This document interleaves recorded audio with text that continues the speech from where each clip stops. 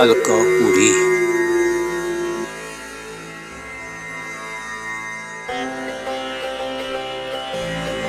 इस दिशा में पूरब।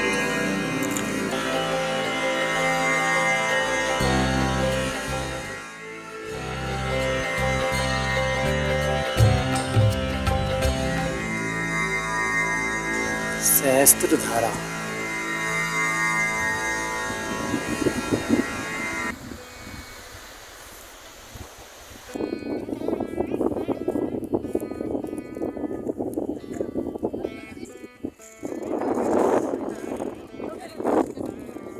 पार्वती शिला। थोड़ा सा टॉप में आए सतोपंथ पहुंचने में और 2 किलोमीटर। हरिओम। पानी तो है, एक धारा है पानी।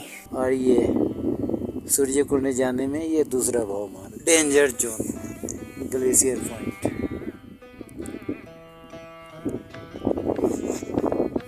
हर हर महादेव। यहाँ से कम 15 किलोमीटर।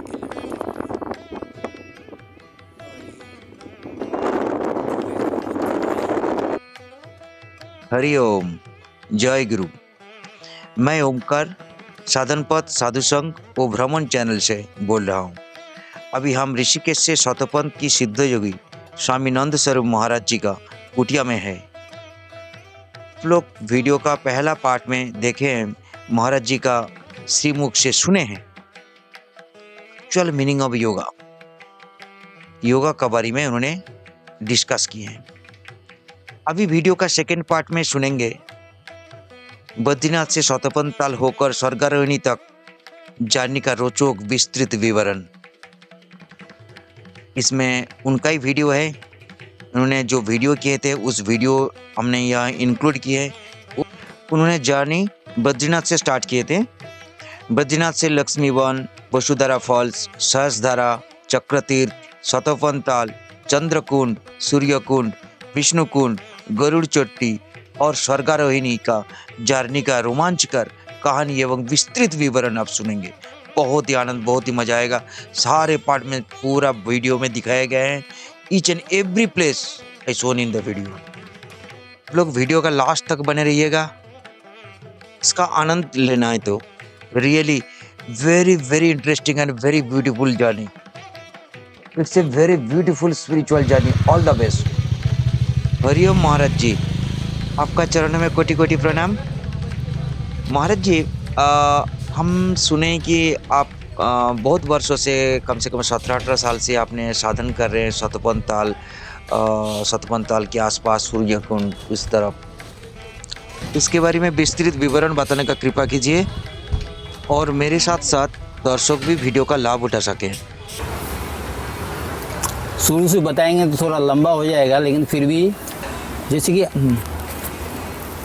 उत्तराखंड, अभी तो उत्तराखंड कहे जाते हैं, लेकिन इसको देवभूमि कहा जाता है। देवभूमि, देवभूमि कहाँ? बद्रीनारायण तक।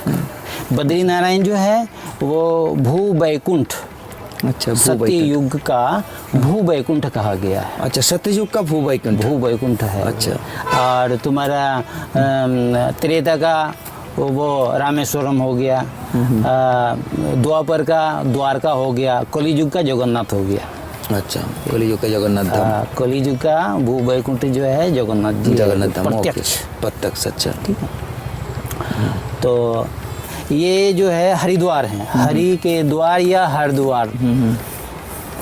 हरिद्वार अगर यदि कहोगे तो मानसरोवर कैलाश जाने तक का रास्ता, और हरिद्वार कहोगे तो बद्रीनाथ जाने का रास्ता। लेकिन यही रास्ता, और ये हरिद्वार भू वैकुंठ बद्रीनाथ। बद्रीनाथ प्रवेश होने का जो नियम है, तो इन्होंने 4 धाम या प्राचीन से भी चला आ रहा है, बहुत पुराना ही चला आ रहा है आध्यात्म मार्ग में भी। जमुनोत्री, जमुना जी का उद्गम स्थान, फिर उसके बाद गंगोत्री, गंगा जी का उद्गम स्थान। केदारनाथ जो है ये 12 ज्योतिर्लिंगों में 11वां। आप पहले जमुनोत्री जाते हैं तो जीवन का जो है भय होता है ना, मृत्यु का भय सभी को होता है। तो जमुनोत्री दर्शन करने से क्या होता है, मृत्यु का भय समाप्त हो जाता है, क्योंकि जमुना जी और यम, ठीक है ना, वो दोनों भाई बहन है। तो वो दोनों भाई बहन में जो है एक शपथ हुआ है कि जो कोई भी हमारा मान्यता देगा, ठीक है ना, उसको तुम क्षमा कर देना। क्षमा करने का मतलब ये है कि यम से क्षमा प्राप्त हो यम जाता से है, मतलब मृत्यु इसलिए का चला गया। मृत्यु का भय नहीं होता। अच्छा, मृत्यु तो का यमुनोत्री का महत्व मौत ये तो है। आएगा ही, मौत तो होगा ही, लेकिन ठीक है। हाँ हाँ। फिर उसके बाद जो है गंगोत्री का, वहाँ पवित्र हो जाते हैं और भागीरथ के वंशज कहाँ गंगा सागर में जो है कपिल मुनि के आश्रम में, वहाँ भागीरथ के 60,000 वंशज जो है उसका उद्धार हुआ था, मुक्ति मिला था उसको, मुक्ति मिला था, तो हाँ। इसलिए जो है गंगोत्री का जो है महात्म्य कुछ अलग टाइप का है। तो वहाँ क्या होता है, जीवन पवित्र हो जाता है। वहाँ निर्भय हुआ, यहाँ पवित्र हुआ, और केदारनाथ जी का दर्शन कर लेने से वहाँ क्या बोलता है, एंट्री हुआ, यानी कि आज्ञा। जब तक केदारनाथ का आप दर्शन नहीं कर लेते हैं तब तक आप जो है बद्रीनाथ नहीं जा सकते। तो बद्री नारायण भू वैकुंठ जाने का रास्ता जो है केदारनाथ यानी केदार बाबा का आशीर्वाद से ही जो है भू वैकुंठ जाने का आज्ञा प्राप्त होता है, यानी कि अब जा सकते हो, मेरा दर्शन कर लिया, वो आज्ञा देता है। अच्छा, फिर बद्रीनाथ में आप जितना तपस्या करोगे, आप किसी भी जीवन में कहीं पे भी उस तपस्या का फल आपको आराम से ही मिलेगा।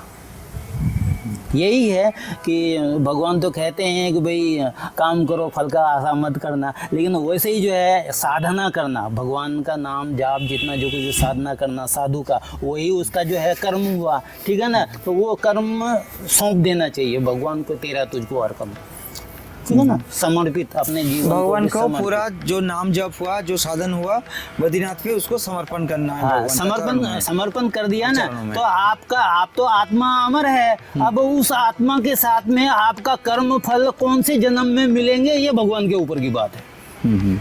इसलिए जो है चिंता नहीं, उससे चिंता मत करो, मिलेगा जरूर, चिंता मत करो। तो जितना आप सहन कर सकते हो, ठीक है ना, वो नहीं, इंतजार का फल मीठा होता है, ठीक है ना। अब जो है 2 घंटे की इंतजार कुछ और होता है, ठीक है ना। अब 1 साल की इंतजार कुछ और होता है, जन्मों का इंतजार कुछ और होता है। तो जो जितना इंतजार कर पाता है, आत्मा तो पता नहीं कितने जन्म तक जो है इंतजार कर सकता है।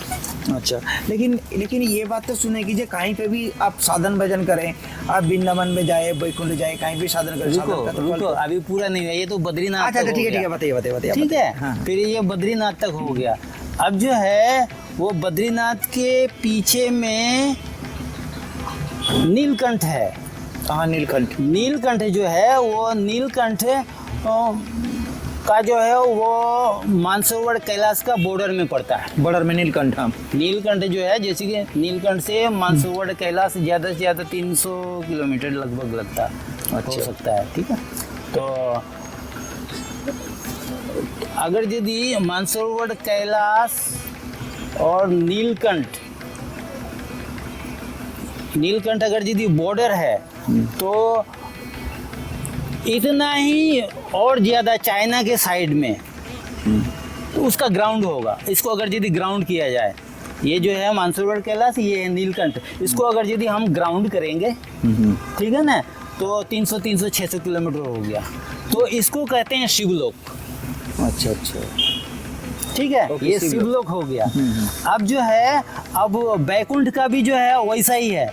अब यहाँ बद्रीनाथ, हरिद्वार से लेकर के बद्रीनाथ और बद्रीनाथ से लेकर के मानसरोवर कैलाश, तो ये दो बॉर्डर मिल गया। अब इस ग्राउंड को बोलते हैं भू बैकुंठ।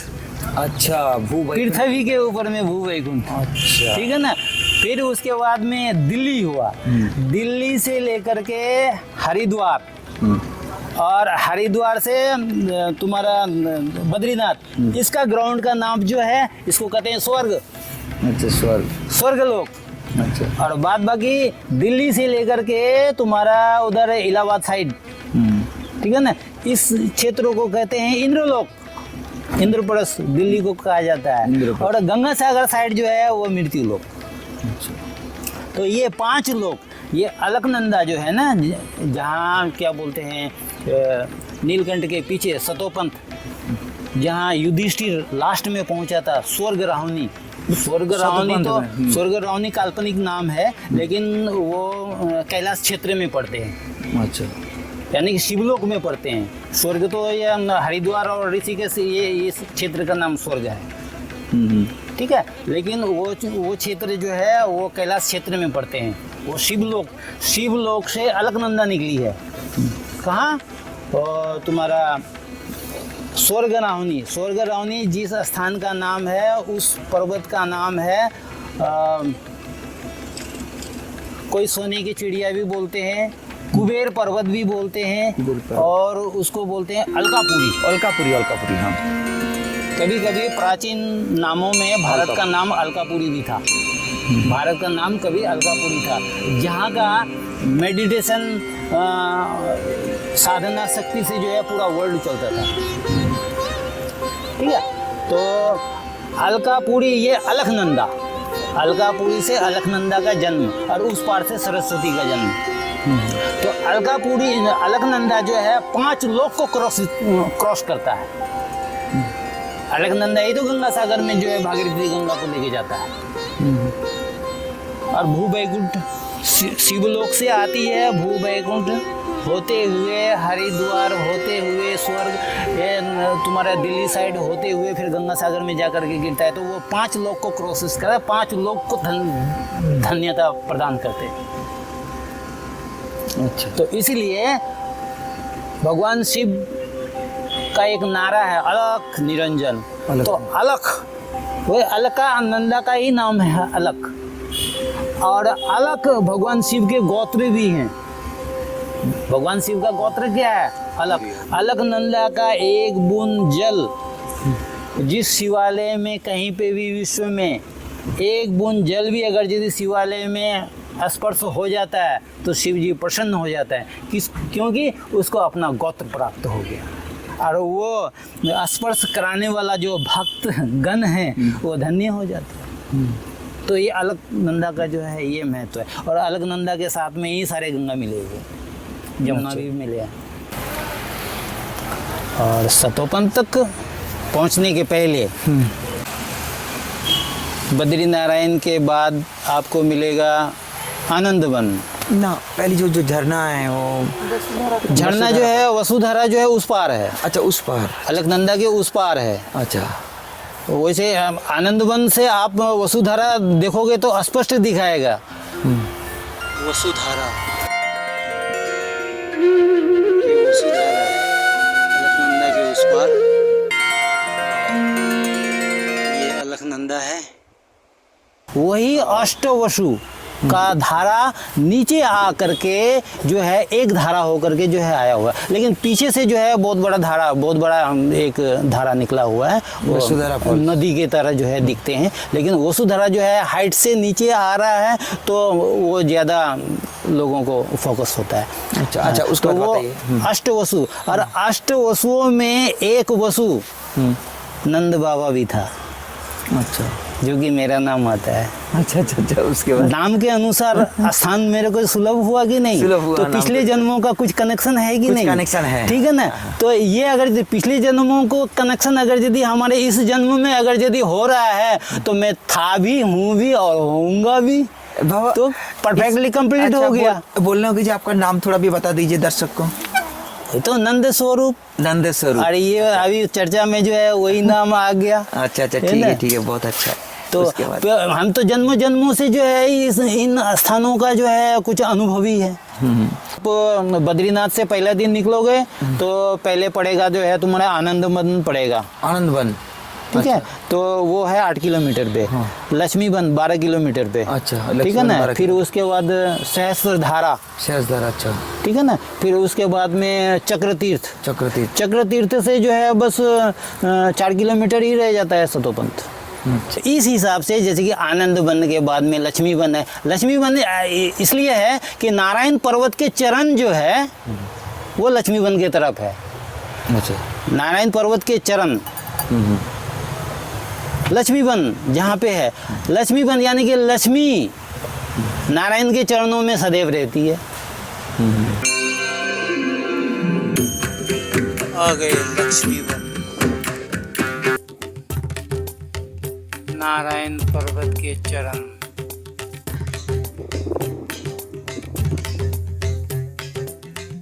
ये लक्ष्मी वन, ये प्रांगण। लक्ष्मीबन, फिर उसको क्रॉस किया तो सहस्त्र धारा। सहस्त्र धारा ये है कि 1000 धाराएं नीलकंठ के ही, नीलकंठ बद्रीनारायण से जो नीलकंठ दिख रहे हैं उधर से नीलकंठ के धारा, उधर से नीलकंठ पर्वत की बात कर रहे हैं। नीलकंठ पर्वत के ही धारा जो है उधर से सहस्त्र धारा के स्वरूप में जो है नीचे आता है। तो सहस्त्र धारा का महत्व तो ऐसे है कि द्वापर युग में जो सुदर्शन चक्र से पूरा संग्राम हुआ था कुरुक्षेत्र में, तो सुदर्शन चक्र जी अपवित्र हो गया था, यानी कि Sahastradhara waterfall.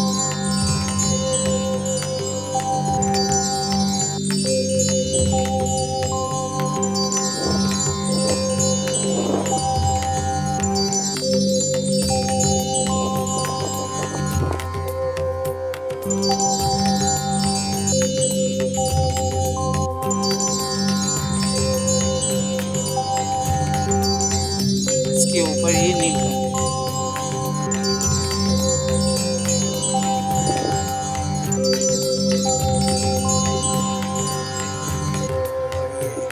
Sahastradhara last top, इसके बाद चक्रतीर्थ और सहस्त्रधारा का ग्राउंड। बहुत बढ़िया फील्ड है, लेकिन क्या करेगा, ऊपर से पत्थर गिरते हैं।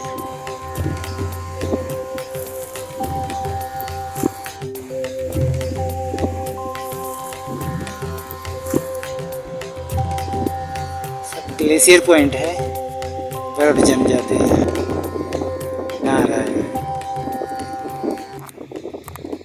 यानी कि रक्त वगैरह लग गए थे, उसको धोया गया था सहस्त्रधारा में।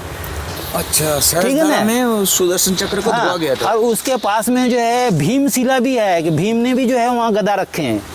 अच्छा, ठीक है ना, पहले तो भीम ने गदा रखा है, फिर उसके बाद में आ जाए सहस्त्रधारा के बाद में चक्रतीर्थ, तो सुदर्शन चक्र पवित्र हो गया, चक्रतीर्थ में आकर के अदृश्य हो गया।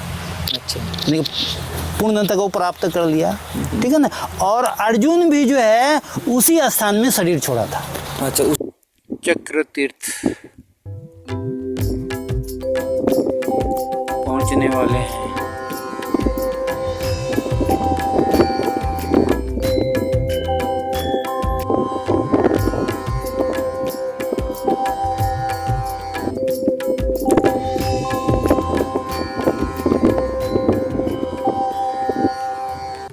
कल 6 बजे पहुंच गए थे चक्रतीर्थ। यहाँ एक गुफा है और टेंट लगाए हैं, और सीध में नीलकंठ भगवान और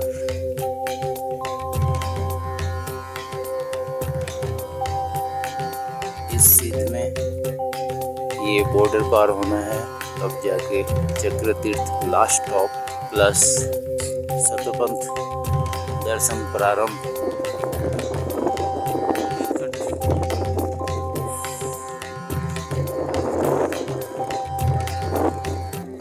पार्वतीशिला अभी थोड़ा डाउन जाएंगे और पत्थर ही पत्थर है, यहाँ कोई रास्ता नहीं है, रास्ता खुद बनाने पड़ते हैं। और ये टॉप है, यहाँ से अभी अभी उतरे,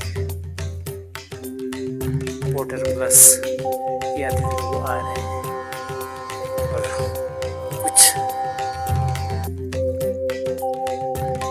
8-10 आगे निकल गए हैं पोर्टर गाइड्स।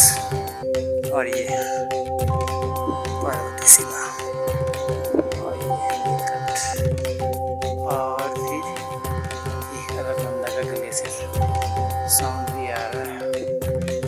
नारायण, ओम नमो नारायण। सतपंथ पहुंचने में और 2 किलोमीटर। हरिओम। उसी स्थान में शरीर चक्रतीर्थ में अर्जुन भी शरीर छोड़ा था। ठीक है ना, तो ये सहस्त्रधारा तक, चक्रतीर्थ तक ये बात है। फिर उसके बाद में सतोपंथ में भीम शरीर छोड़ दिया। वो युधिष्ठिर ने जो है थोड़ा सा जल के लिए बोला था, कुंड में गए, पत्थर गिर गया या लपेटे में आ गया या कोई वरदान हो या अविश्राप हो या उसका जो है देश काल पात्र के अनुसार लास्ट वहीं तक हो, तो भीम वहाँ शरीर छोड़ दिया। उसके बाद में है चंद्रकुंड। इतना समझने के लिए हमको 16-17 साल लगा रियल अपने लाइफ में। इतना समझने के लिए। अच्छा, उसके बाद फिर चंद्रकुंड जो आते हैं, चंद्रकुंड में चंद्रमा जो आसमान में है, जब सतोपंथ लास्ट स्टॉप पहुंच गए, सतोपंथ के आखिरी टॉप पे।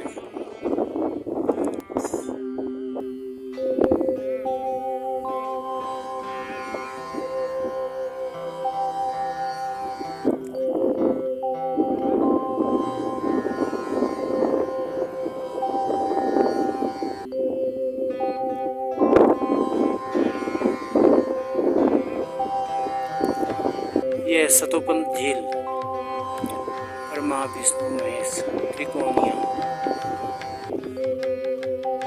ये साइड नीलकंठ बादल है,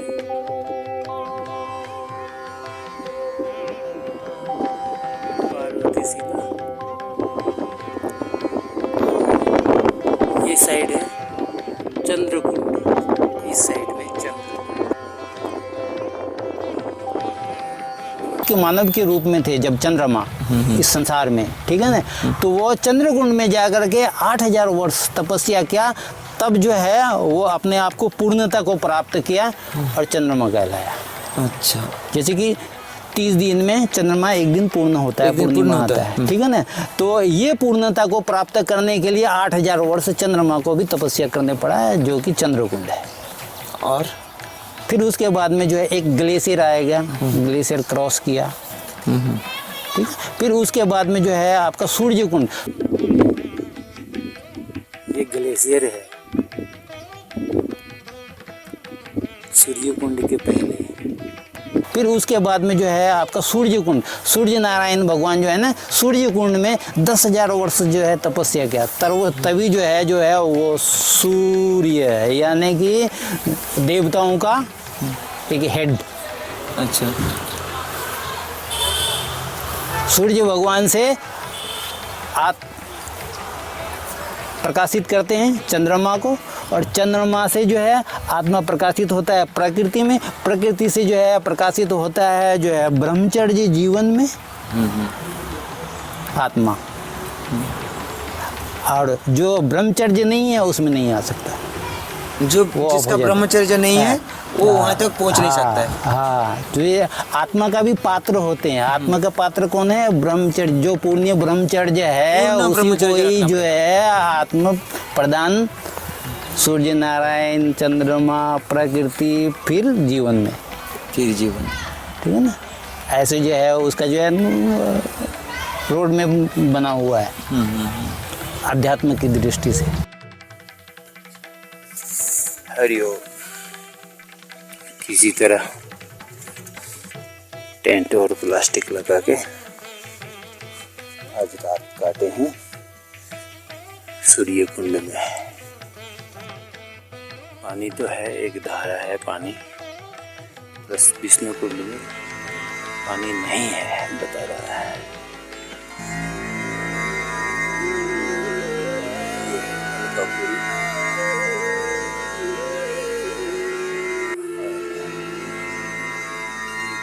गरुड़ चट्टी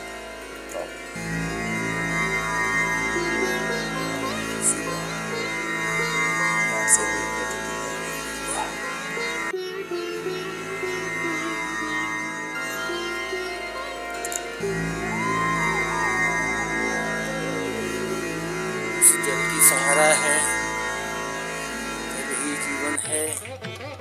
बस पतली सी धारा अभी तक वातावरण चल रहे ये आज कोठी चले जाएंगे धीरे धीरे। व्यवस्था यहीं बनाने है। हर हर महादेव शंभू। अच्छा, तो आपका थोड़ा अनुभूति एक्सपीरियंस वही से है। फिर उसके बाद जो है, जो युधिष्ठिर का जहाँ परीक्षा हुआ था वहाँ सूर्य कुंड के ऊंचर, जहाँ सूर्य कुंड है उसका टॉप जो है, लास्ट टॉप का नाम है वो गरुड़ चट्टी। वहाँ पे युधिष्ठिर का परीक्षा हुआ था गरुड़ चट्टी में। गरुड़ भगवान फिर उसको जो है स्वर्ग रवानी, कितना 8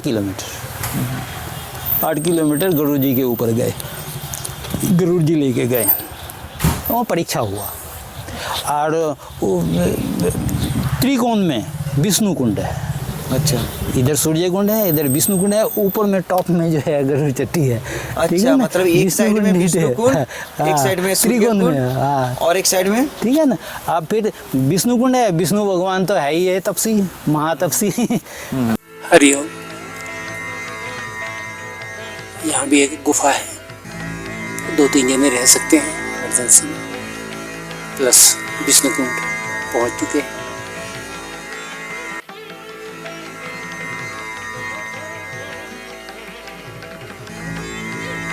अभी वर्तमान में जल नहीं है।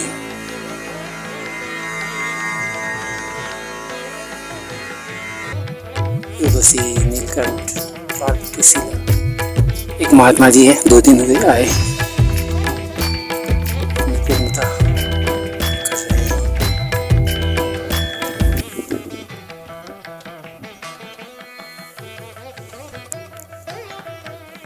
विष्णु कुंड का ग्राउंड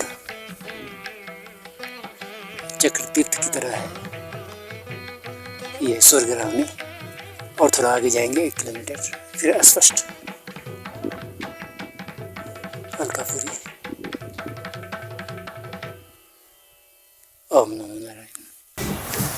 और फिर अभी वर्तमान में कली युग में थोड़ा दर्शन सुलभ हो पा रहा है, जो कि स्वर्ग रवानी का स्पष्ट दर्शन कर सकता है।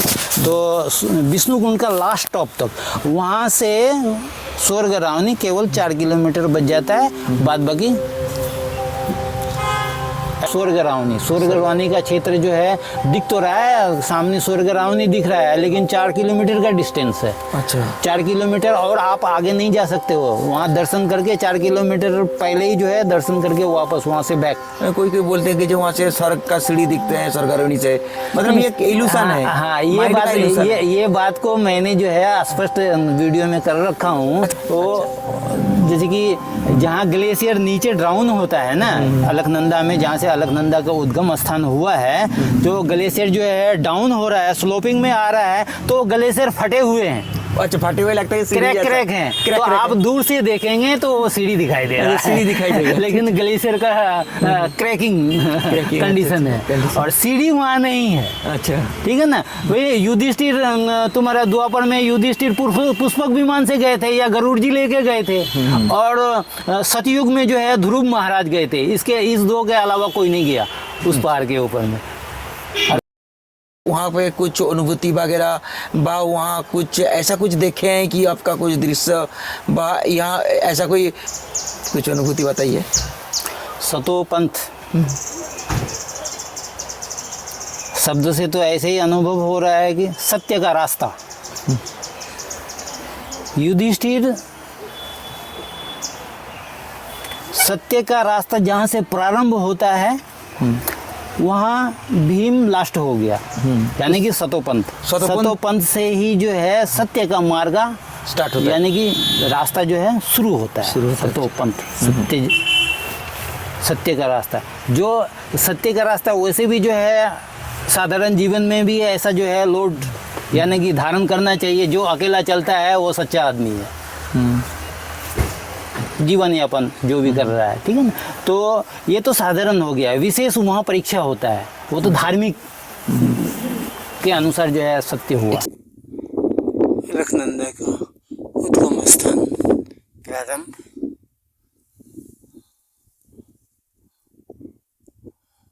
और ये अलकापुरी,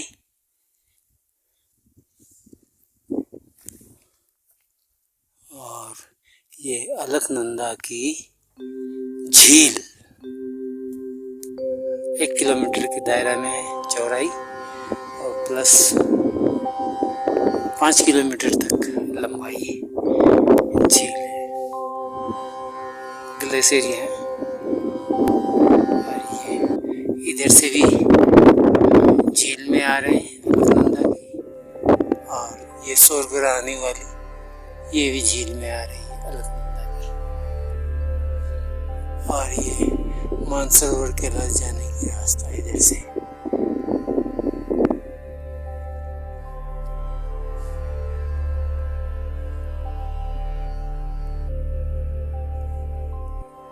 ये साइड है वसुधारा की ग्लेशियर टॉप, छोटी सी उर्वशी है, और ये नीलकंठ पार्वती शिला।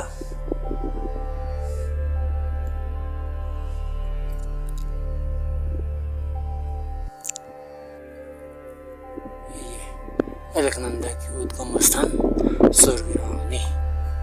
हरिओम। अलकनंदा का उद्गम स्थल, अलकनंदा का धारा दर्शन लक्ष्मी वन से प्रारंभ। इस छोर पे विष्णु कुंड, और विष्णु कुंड लास्ट टॉप पे है हम लोग। एक लोग भी हमारे साथ हैं, प्रयागराज बसते हैं। ओम नमो नारायण। आप लोगों को